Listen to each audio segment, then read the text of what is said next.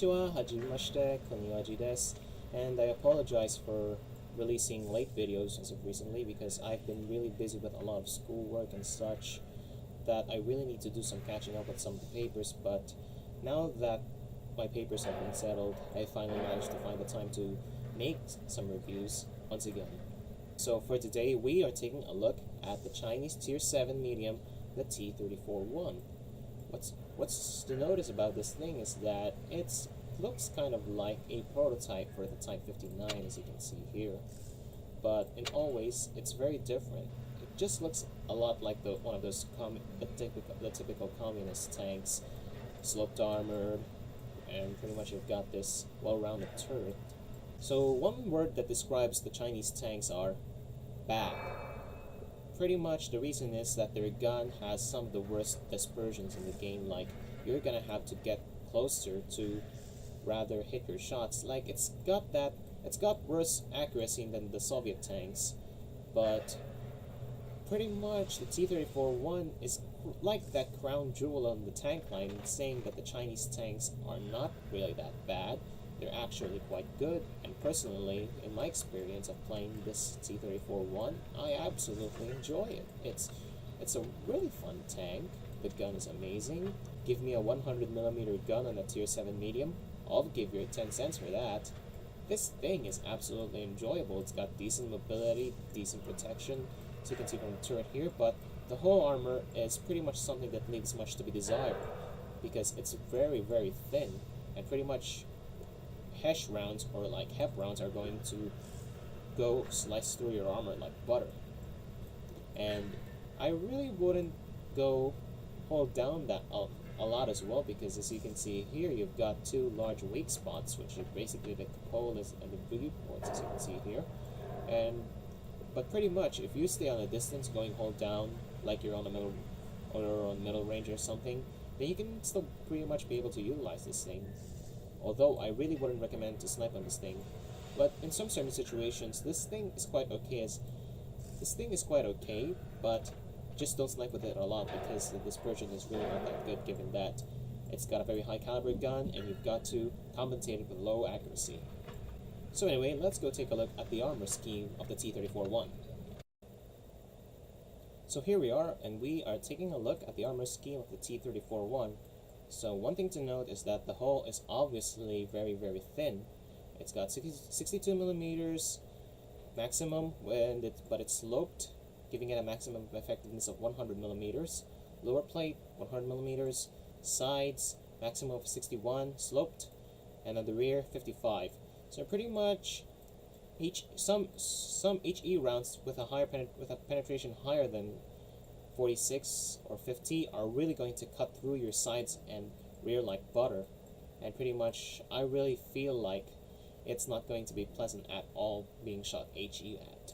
But one thing to note is that this thing has an absolutely amazing turret. It's heavily sloped with thicknesses reaching from 230 to 600. Same goes for the sides. But pretty much the way that you could be able to penetrate it is if you're able to shoot around this area, because guns with penetration expanding from 200 to 250 are going to go through pretty much on the sides here. So if you're trying to take on a hold down T-34-1 and you're trying to shoot at it and it goes hold down, I would recommend to aim at this area here.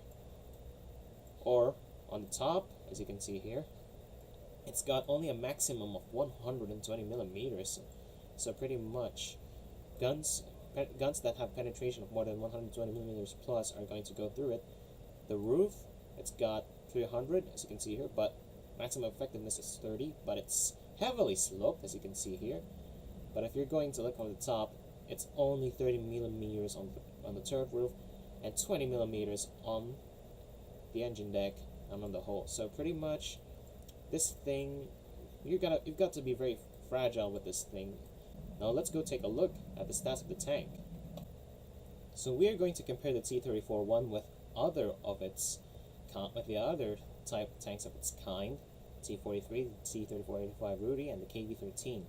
So putting everything into consideration, the equipment and the provisions, and retaining the normal shell rounds, we can see that the DPM is really inferior as opposed to the other three here. And what more if we're going to add the Comet? It's a very, very big difference by 33%. The penetration, however, it's much higher than what the T-43, the Rudy, the KV-13, or the Comet offers. It's got 175 penetration. Now that's really, really good. It's quite higher. And the Alpha is also higher at 280, which means that there's a likely chance that you're going to be able to roll as high as 300 plus. Rate of fire and the reload, it's not. There's no comment about this, given that it's a high caliber gun and that it's going to take a lot of time for it to be reloaded. Shell velocity measures how long that the shots take to hit the targets, and as you can see here, the T-34-1 has a very, very low shell velocity, but slightly low compared to the T-43 or the other Russian tanks, but a lot better than the Comet. The gun handlings, you can see here, the aim time is basically just almost the same except for the KV-13, which is 18% better. The dispersion, now this is what I was talking about. The dispersion is absolutely crippling here. It's got a 14% difference, 17 and 14 with the other of its counterparts, and a significant difference when comparing it to the Comet. So pretty much it's not going to be advisable for you to snipe in the T-34-1 unless you or like RNG just decides to be with you or such. The gun depression is at 6 degrees, which is slightly quite better than the KV-13, but a lot inferior compared to the Comet, the T-43, or the Rudy. Mobility wise, we can see that the speed, pretty much there's nothing much to talk about here, as all of them are reaching 50 kilometers per hour plus. Engine power, nothing much there. But the power to weight ratio, as you can see here, is very, very inferior compared to the other four tanks. And pretty much, since it's got a very low power to weight ratio, then the T-34-1 will take some time for it to reach its top speed. View range wise and the hit points, we can see here that it's got a very low HP and view range compared with the T-43, the KV-13, or the Comet. But it's basically just similar with the Rudy and such. The hull armor, the turret armor, it's obviously T-34-1 wins in this category, but the hull armor is hell. It's basically plastic. It's got T-34 layout, as you can see here, and it's got the lowest frontal armor of any tanks here. So to sum it all up, pretty much the T-34-1 is more or less fitted for a more flanking role, like you're gonna have to find your spots, shoot, then hide and find another spot to shoot again. You can't just stay in one spot because your armor is not going to last a long time. Even though that you've got a very strong turret and staying hull down, they can still utilize your hull because it's really, really thin and you really don't want to get shot by it a lot. But mobility wise, we can see that even though the T-34-1 has that 50 km per hour plus range, it's still not going to, it doesn't have that much good power to weight ratio, which means that it's going to take some time to reach its top speed, but you still have enough speed to get away from tricky situations. However, it's not really advisable for you to go circle of death with this thing. Pretty much that's enough for remark making. Let's go take a look at the T-34-1 in some gameplay. So we are at Yamato Harbor here, and as you can see guys, I'm really not moving here for the first part because I'm telling my platoon mate that I'm running solo because I forgot to mention that I needed to do just the platoon mission and that was it. So anyway, I decided to go for the town on this because notice, given that the enemy team's composition is mostly tank destroyers, I opted to just decide maybe go do some flanking and cause a lot of damage in the back. But unfortunately, we can see that the SU is moving up here, and that our team hasn't spotted majority of the enemy team, so which means that they're on my side, and which means again that I am screwed. So anyway, I try to stay calm for this situation here, Maybe I could try to be able to load a shot on the SU. No, unfortunately it gets out. Maybe on this Ferdinand, and unfortunately my platoon mate just takes fire from the Ferdinand over there. What could I possibly do here? Maybe go onto the other side. Not likely. So we see this SU. Fire. Unfortunately, I bounce off. I could actually get out of there, but unfortunately, I don't know where the tank destroyers are, and likely is that I'm being careful when I play this thing, because I really don't want to get high rolled, because the ammo rack on the T-34-1 is as weak as every Chinese tank. It's located conveniently at the hull, and pretty much tanks with high caliber guns have a very high likelihood of ammo racking you. We see this Borsig, and I position myself in a way that I can hide my tank. At least my tank is so small that he couldn't even be able to even fire. So anyway, I slowly get out of my cover there in an effort to try to get back to myself to a more comfortable position. You can see these two Emils. Unfortunately, they're concealed well. And we see this Borsig again. I don't want to get shot by the Borsig. I decided to hide. So, what could I could possibly do here? I don't want to go in the open again, because I'm really being careful, because those Emils have a high caliber gun, and this Borsig too. If all three of them fire, I'm pretty much dead. So I was able to put a shot into that Emil. I made a mistake. This Borsig making a mistake too. I was able to roll 390, shooting HE.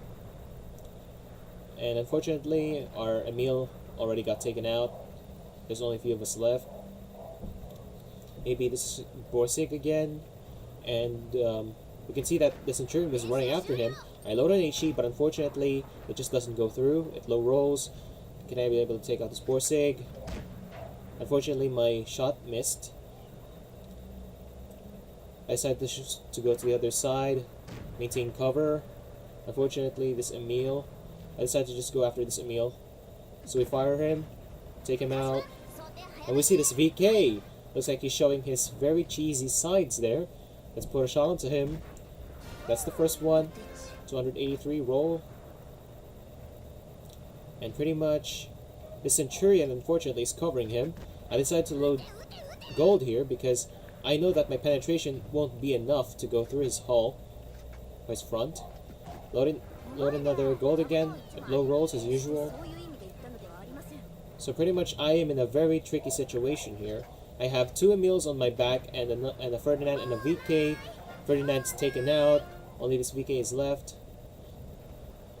I needed to go after this VK first, but I really don't want to go on charging on him because I know those Emils are going to be focused on me.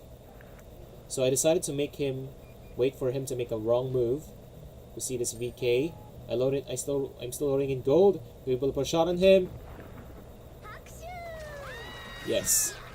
Now let's go find this Emil, who apparently just takes himself out. He drums himself onto the water, and the battle is finished. So that was an absolute okay of an round. That also nearly costed me my tank, because like I was in the worst position ever, because I was I was almost in the open, and there's like 3 tanks with high caliber guns that are likely to kill me if all of them hit. But still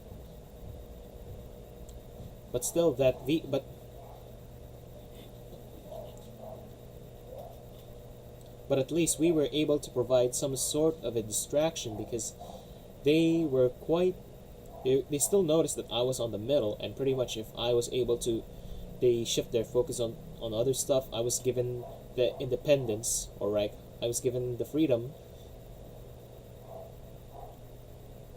But still, the battle was still quite okay, such in a way that I was still able to provide some distraction, because those tank destroyers were keeping an eye out for me, because if I went out of there, I would be given the freedom to flank them and take them out in all in one sweep. So let's go take a look at the after battle stats. So that was not a bad game. We managed to deal 2,164 damage with 3 kills, and since I didn't have enough of a premium account, we managed to only gain and 122 experience and 29,000 silvers. And we picked up ourselves a Levaslaios medal for being able to handle that Ferdinand and that VK on the center of the map. So pretty much that was really it was somehow a bad decision on my end, and pretty much I really wouldn't want to get stuck on that situation again. So anyway, let's go at the next gameplay to see how the T-34 performs even more. So we are at Dead Rail now for our next game, and I decided to go onto the heavy line. Figure out maybe I could try to do some spotting here. Let's try to do something different. Maybe we can be able to utilize that position, but it's obviously not because I don't have that much gun depression. I'm just only going here to spot. I spot this Kuro and this T-29 and this IS, and I get spotted. I see the Dracula on the other side. Maybe I could be able to go there and put some shots on his side. Fortunately, he's very fast. And I couldn't really make my shots. Maybe this AMX. And he's also concealed, so I decided to just shift all of my total focus on to the heavy line. Because pretty much most of my team is staying down there, and I could probably try to do some havoc costs in this side. We see this IS. 293, I get back. You see that there's a tank destroyer you see that there's a T-29 over there. You see this Kuro. We're able to put a shot on him. And unfortunately, my fuel tank gets damaged because of that Jagdpanzer hiding in the back. Now, I decided to shift my focus, and I just decided maybe it's just time for me to just go push forward, get over there, and do some damage. Let's do that, yeah. So, my focus is on this Kuro now. Put a shot onto him. Can we be able to? Yes. I reload again. Do I have enough time to put another shot before other people can kill him? Are we? Yes. Now we shift our focus onto this T-29. So much Momo Kawashima drama there. So anyway, we managed to high roll that T-29 for 320. Can we put a final shot on him? Yes, we can. Now we go shift our focus on the middle, and we see this Comet. Now this, like I said, this thing is not, you can't snipe with this thing too much. Like, as we can see that my gun is actually, my reticle is actually aimed on the side of his turret, which could have actually penetrated, but unfortunately just decides to hit the dirt. It either may be the accuracy or it's the terrain itself. Unfortunately, I bounce my shots on this Comet, and this Jagdpanzer decides to just try to go after me. And this Comet's being cheeky as well, but I decided to put a shot into him anyway. So he's reduced to one shot, and this Jagdpanzer, he decides to just try to kill me. He can be able to kill me pretty much. He's got a lot of better DPM than me. And he bounces his shot. Try to do some COD. No. Pretty much the T-34-1 can't do COD unless that enemy tank is really slow, like mouse speed and such. So all that's left is this AMX. Maybe let's try shooting HE and high roll on him. Maybe. Can we be able to? Not really. I should have loaded AP on that. But either way, this battle is finished. So that was an absolute okay of a round. It's not bad, not too good. It's just decent. But still, I did something very different here, such in a way that I decided to go do some spotting, and I decided to put my tank really forward. Well, like it's more like I'm being more more of a support role, such in a way that I was able to damage a lot onto the Kuro and T-29 and the Jagdpanzer IV. So anyway, let's go take a look at the after battle stats. So that was quite of an okay of a round. We managed to deal 2,572 damage, killing 2 tanks, and we managed to pick up a Confederate medal, which means that we hit 4 or more tanks several times, and pretty much we are also on the top of the list for damage dealt and experience. So one thing to note is that this the T-34-1 is really really effective. If it's always on the front lines, because you really can't put this thing on a sniping position mode. You've got to really engage them a lot more in medium or short distances, such in a way that you can be able to make your shots count. So after all of those theory craftings and such, now let's come to the question: is the tank really worth it, or like is it worth keeping in the garage? Definitely yes. This tank, it's a lot of fun, and pretty much you really couldn't say no. If you've got a 100mm gun on a tier 7 medium, you can really punch a lot of people with this thing. And pretty much if you can utilize its weaknesses and its strengths, then the T-34-1 is an absolute tank to really play, and it's going to be very rewarding. And I really consider the T-34-1, at least in my opinion, to be the crown jewel of the line. Because for now, I'm really loving this thing. Maybe at least until I get to the 120, the Chinese tier 9 medium. And because I've heard a lot of good stuff about that, but we'll never know unless we get there. So I hope you guys enjoyed this video, and if it was informative, please consider giving it a like down below, subscribe, and let me know what you guys think of the T-34-1 and the Chinese tank line itself. And thank you so much, you guys. You've all been awesome, and hopefully I'll see you guys in the next video in the battlefield.